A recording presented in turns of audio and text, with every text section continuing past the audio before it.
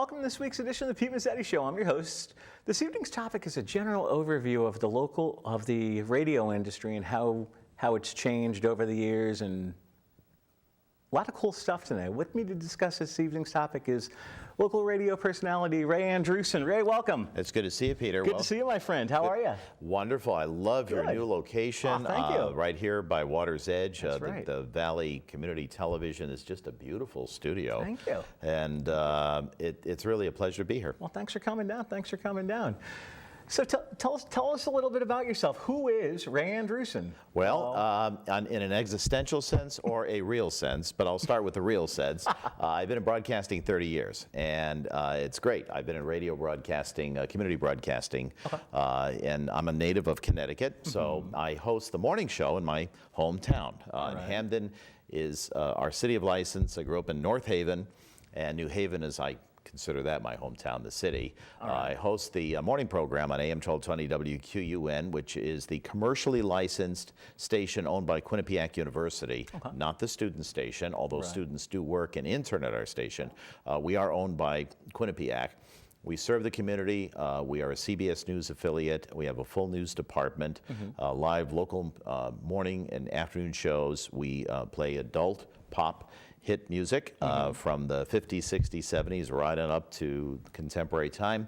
And we also feature Quinnipiac sports, men's and women's basketball, and also men's hockey. And of course, they went to the national championship game, lost to Yale a few years ago. I remember so it's been quite an experience. And I've been there about 2 decades. Prior to that, been in other places. In Waterbury, where I started my broadcast career, went to Boston and worked there for a while doing radio news, and also was an operations manager in Washington, D.C. for a pair of radio stations down there before coming back to Middletown to manage a radio station for 2 years, and I've been at Quinnipiac almost 2 decades ever since. So that, in a nutshell, is who I am. And of course you're married. Yes, I am. Of course. Of course I am. I'm married, and I don't have 2.5 kids or 2.7. I just have 2. All right. The even number 2. It seemed better to round them off. Right. So if they're going to be well-rounded kids, we needed to round the number off instead. Yeah. So 2 kids, 2 boys, and we're college age. All right. So tell us, in your experiences, how has radio changed? Oh my! This is a half-hour show.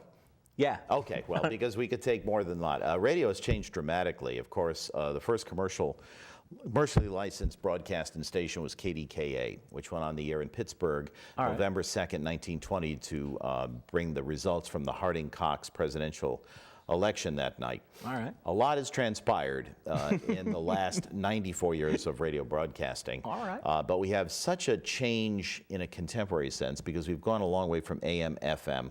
We have HD high definition channels now, as you know, for primarily FM, some AM, but primarily FM. But there are stations on the AM dial that do broadcast in high definition HD. Okay. We have satellite radio, Sirius radio, as you know. Sure. We also have this little thing called Pandora. We have iHeartRadio. We have streaming. You have TuneIn Radio. You can access the world in radio now, which you could not do 10 years ago. Right. So tonight, if you want to listen to a station from Central America, from Africa, from Asia, from Europe, Canada, any place in the United States, in many cases, educational stations and also commercially licensed stations, you could do that. So the radio industry has changed remarkably. It really is a big difference from just 10, 20 years ago. Exactly. And what are some of the other changes you've seen in your line of work and your expertise? Well, we've had consolidation, which is about 20 years old. So consolidation, radio consolidation started in 1994 when Congress under President Clinton passed the consolidation bill. And we've seen larger groups to own the stations over the 1990s and the last decade as well, particularly Clear Channel, Cumulus, Citadel, now there's CBS. We know about the big group ownerships, Cox Radio. A lot of them don't exist anymore. They've been consolidated and sold off to other groups.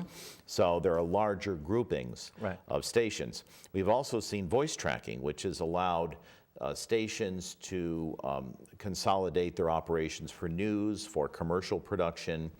The little secrets of radio being what they are now. So that's not done locally. That's done in one centralized location. Right. So the big groups have dramatically changed the landscape in terms of how radio is operated. And not just in larger markets like New York, Chicago, Los Angeles, but Right. also markets like Hartford, New Haven. And it's also affected very small markets, stations such as Middletown, Yep. Old Saybrook, New London, Putnam, you name a small community in the state of Connecticut. It's changed a lot Yeah. in terms of how it operates, how radio operates as a business. Exactly, and I'm sure it'll change again. Well, we'd Yeah, like to think we've had enough changes in the last couple of years. I'm not Exactly. so sure we're up for another change, but No. it has been a dramatic change Right. in terms of how we are able to do our work. The traditional model of radio, and WQUN is interesting because we have a full news staff with a news director, my morning news partner, Greg Little. We have seasoned broadcasters like Paul Pacelli, Bob Mortali, Yeah. Laura Cannon, who have been in broadcasting for many years. Right. And we also have pros like Steve Savino, who hosts the afternoon show, our assistant general manager for operations. And we do have people who have been in other stations and other venues. Bill Right. Schweitzer is a storied sportscaster. Actually did UConn with Jerry Brooks, who's on NBC 30. They were the original team in the 70s to broadcast UConn Really? men's basketball and football. I didn't know that. Now you do. I did So not know now that. he's with our station. Has been just went into the Bobcat Hall of Fame at Quinnipiac. I saw that. I was online the other day. Yeah, it's great. I mean, Bill's had a storied career. So these are all seasoned professionals. I've been doing this for about 30, a long time, 30 All years right. almost. All right. So it's been our life profession. And we take that expertise and put it into our community radio station. All right. We're unusual in that respect because we have a lot of freelancers, a lot of reporters in the field. But many of the other larger groups have consolidated their operations. Right. And you'll hear a lot more satellite programming, particularly talk stations, Right, sure. and even music stations. So the industry has changed in that there are frankly fewer opportunities in terms of employment, particularly on air. Right. For sales and promotion, there's still great opportunities Oh, for yeah. people wanting to get into the industry itself. But we're sort of an anomaly. We sort of stand alone as a main street, almost a mom and pop Right. radio station. But of course, the irony is we're owned by Quinnipiac University. Exactly. So we're very blessed to say the university is allowing us the opportunity to serve the public. And from what a little birdie told me, that you guys used to be on campus, but you moved a couple of years ago. We were near what was the law remember that. school on the Mount Carmel campus at the base of the Sleeping Giant in Hamden. We did move to a new facility Yes. back in 2007. Yeah. Beautiful facility. It is. You've been there, as I've I been know, there a Peter. couple Yeah, times. it's gorgeous, and they did a beautiful job with They it. did. And we're out on Whitney Avenue, so you can see Yep. us a lot easier than if you were to find us on campus now. So yeah, it's been about 7, almost 8 years Really? that we've been there. Wow. Now, as far as you and I actually have something in common. Yeah. We both reach the community. Yes. And how important is community outreach to you as far as being a local radio personality? Well, I know for me it's very important. It's very important, and what you do is important. And I love what I do. I love what I do. You have a lot of community leaders. You've had senators, you've had state senators, state representatives, you've had national representatives, you've had the mayor, speaking of Hamden, Scott Jackson as a That's guest right. this year to talk about the Newtown Commission. That's right. Of which he was appointed by Governor Malloy. So there are a lot of people who are very, very much part of our community that you've had on here in the studio Yeah. from Connecticut, and people along not just the Valley Shore community where this studio is located, but Right. also the state. I mean, Correct. so you have branched out, but you are a Main Street broadcaster. Right. I'm passionate about it. I think we live here. We don't live over there. Right, exactly. And this is where your life takes place. You have your children in school, you have local colleges and universities, you have the local athletic scene that's here, lawmakers, restaurants, you have the arts community, and you have festivals such as the Bluefish Festival in Right. Clinton that you love and Right, you've of been so course. involved in. And that's so important, to be able to reach those audiences with those events. And that's what we do as a community broadcaster. We promote the arts, we promote the local organizations, nonprofit, Right. the libraries, the music events that are going on. Connecticut is a rich cultural state with a lot going on. So That's what makes us community broadcasters. Exactly. That Now- passion. Now, as far as, do you have a favorite guest you've ever had a chance to interview? Besides me? Why did I know that was coming? Yeah. I Thanks. I've had a lot of guests I've enjoyed. All right. The problem is that, You can't pick a favorite. well, it's not that I can't pick a favorite. I've had so many. Uh-huh. And like you, I've had a variety I have. of officials, government officials, performers, very well-known names. I mean, Right. we've had people who are, national performers and whatnot. But I enjoy the most having somebody who's never been on radio before, or even as you've had anyone who's never been on television Right. before. I love bringing that access to someone, to an organization, and having them in the studio. And I do have a lot of favorite interviews over the years. Some have been quite moving, in fact, quite wonderful, and some have been just lighthearted and very funny. Yeah. The guest has been terrific, but I can't count them up. I mean, radio is a 365-day a year, 24/7 job. Right. So I've interviewed a lot of people, in the thousands and thousands and thousands. WQUN is served in terms of local community events and organizations that we've announced and promoted, and we Right. can actually document it. We're not even done with the calendar year. We're nearly 500 organizations already this year have been Holy covered cow. by our news and our local programming. Holy so, cow. yeah, Wow. it's profound, and that's our passion, and that's what we want to do is bring people in, Bluefish Festival lovers, you name it. We want to Right. bring you to the microphone and to tell your story. Exactly. Now, and we'll talk about this during the second segment, but we'll start the conversation now. Have you ever had somebody in the studio for the first time that just had total radio fright and just like froze up? Yeah, exactly. Yes. Yeah. I have, and I'm sure you have too. Oh, yeah. It has happened on live radio, and it's interesting. You didn't know that anybody could be monosyllabic so Yeah, consistently. I know. It's Yeah. like holy craziness. Well, Ray Andrewsen, local radio personality, would you mind sticking around for another segment? I'll be here. We'll be right back.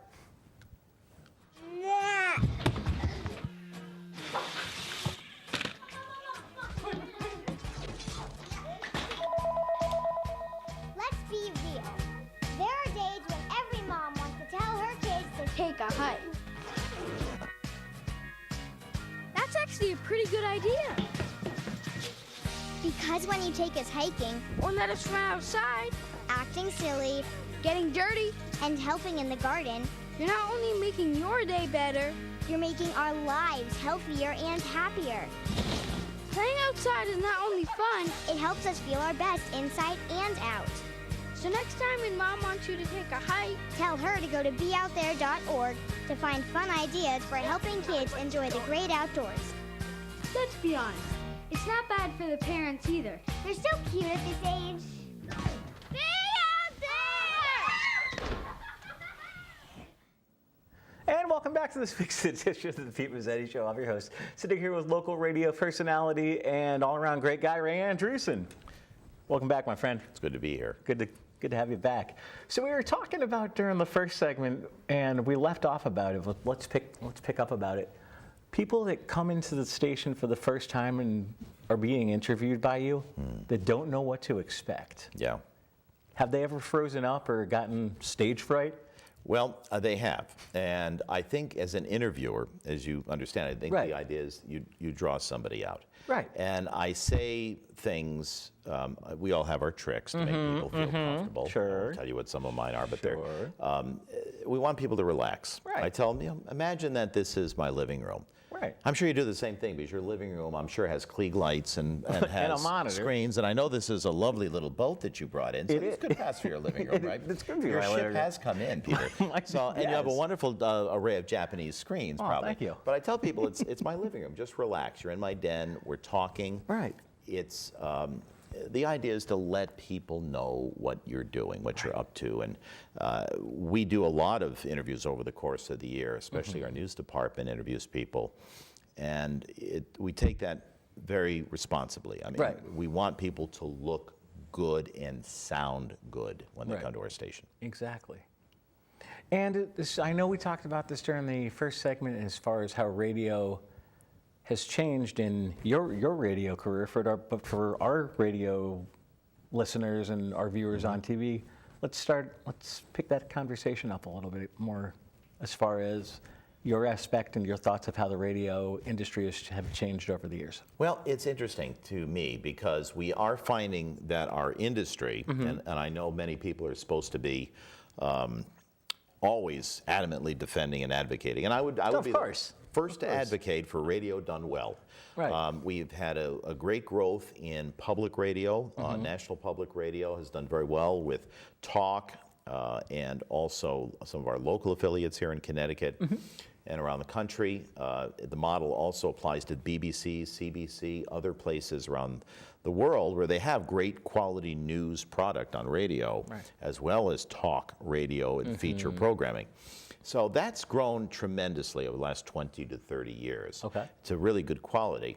Local news content is diminished, sadly, tremendously. There's a lot less local news and a lot less focus on that. Okay. Many small stations can't compete because financially it's harder to be a community broadcaster now. We have a very cluttered AM and FM dial even without the high definition or HD channels that are on there. Right. So we would like to say that it's great, and we're an advocate certainly of the access for anybody to be able to be a broadcaster. But increasingly, because radio is niche driven and it really tries to, by music, attract a small audience, the days of a broadcaster like Bob Steele having a 44 share, and what that means in terms of radio is 44% of listeners listening at one time were tuned into Bob Steele at WTIC in the 1970s during one of the ratings books. Oh my goodness. That's astounding. That's almost 1 out of every 2 people listening in one market. Exactly. Those days from 30, 40 years ago are completely gone. Today, a station at the size of Hartford that has an 8 share at one particular point, or a 9, or even a morning show or an afternoon show that has a 10 share is doing fabulously well, very well. So the audience is really cut up and chopped up. So radio isn't about basically 3 portions. It's not about the meat, the potato, the vegetable. It's about a salad bar. Exactly. It's a mix of everything, and people get to pick and choose if they had that image. So radio is for the niche listener in many, many ways. Interestingly enough, too, the younger listeners, people who are 30, 35 and younger, have really switched in terms of their allegiances of how they access music. Because of not just the iPad going back, to go back to download music, and having iTunes accounts 10 years ago, 8 years ago. Now they have so many ways to access media and music. CBS, HBO just even changed television viewing habits now because they're going to now allow sort of a pay-per-view. They have their own online service. Hulu, of course, has NBC and Fox programming. The way you watch television, the way you listen, download podcasts, people want things on demand in their own time. Radio was also at one time appointment listening. Then the music industry changed that a little bit over the 60s and 70s as more pop music was brought in. The programming was less rigid. It wasn't to the second or the top of the hour, bottom of the hour. It flowed a little differently. Now today, a lot of younger people don't like the gatekeeper. They like to access programming, music, information in their own time. So radio is very important, but the challenge we have as radio broadcasters is accessing and making radio very relevant to those 30, 35 and under, and certainly those who are of 12 to 24 and that low-end demographic of which advertisers crave. They love that if they can get to young people, but that is going to be a big challenge. Now, as far as your morning show goes, what can people expect when they tune in? Well, I hope some things they like. That would be a good start. I think what they really would love to have is a lot of information. In a morning show, typical morning show, I will announce or highlight maybe about 25, 30 various community events. Yes. Banter back and forth with our news director. We will have local newsmakers on the program. I don't do a lot of interviews. I do one interview a morning. Right. And I have a lot more information that we present. Correct. We're a CBS affiliate, so we have Charles Osgood. Yep. The Osgood Files are on at 25 past the hour. It's the first on the entire Yep. access for anybody, because other stations usually will have Sneak Charles it in. Osgood on later in the hour. Right, exactly. We take him live straight up at 25 past each hour, 6:25, 7:25, 8:25, 9:25. We have commentaries from our Quinnipiac professors. We also have a lot of good music, hits from the 60s, 70s, and 80s. Contemporary artists, Michael Bublé, Nora Sinatra. Jones, but you go right back to Sinatra. So it's really, it's a very family-friendly environment. It is. It's upbeat. I mean, one of our taglines is get up on the right side of the morning and listen. Exactly. I love getting up. I'm a morning person, and when I have my coffee, I'm ready to go. I get up at 3:50 in the morning. 3:30. Just about, and we're in the studio. Greg's in earlier than I am because he has more news to prepare than I have to prepare for my show. Right. You'll have all the local sports headlines that'll be there. We also partner with WFSB. Channel 3 is our sure. news Yep. partner, so we have those news makers and meteorologists on our station. Gary Lessar, who was also mentored by Dr. Mel, late Dr. Mel, who's our longtime meteorologist, is also our morning meteorologist. So you'll hear Gary. We have I've heard Gary, traffic, local traffic updates. Constantly will provide you that information. Everything. It's a lot of features, and the idea is, I don't think information and entertainment are mutually exclusive. I think Exactly. you can be informative and entertaining at the same time. And for those people that don't know, I've seen your show, and you're both when you're on the air. Thanks. You're informative and you're entertaining. And I have fun. I mean, I always say this when I get in the morning. I don't care. Everybody has their ups and downs in their day. Right. But for me, I feel better at 10 o'clock. When I'm done with the show, not because Thank God it's over. over.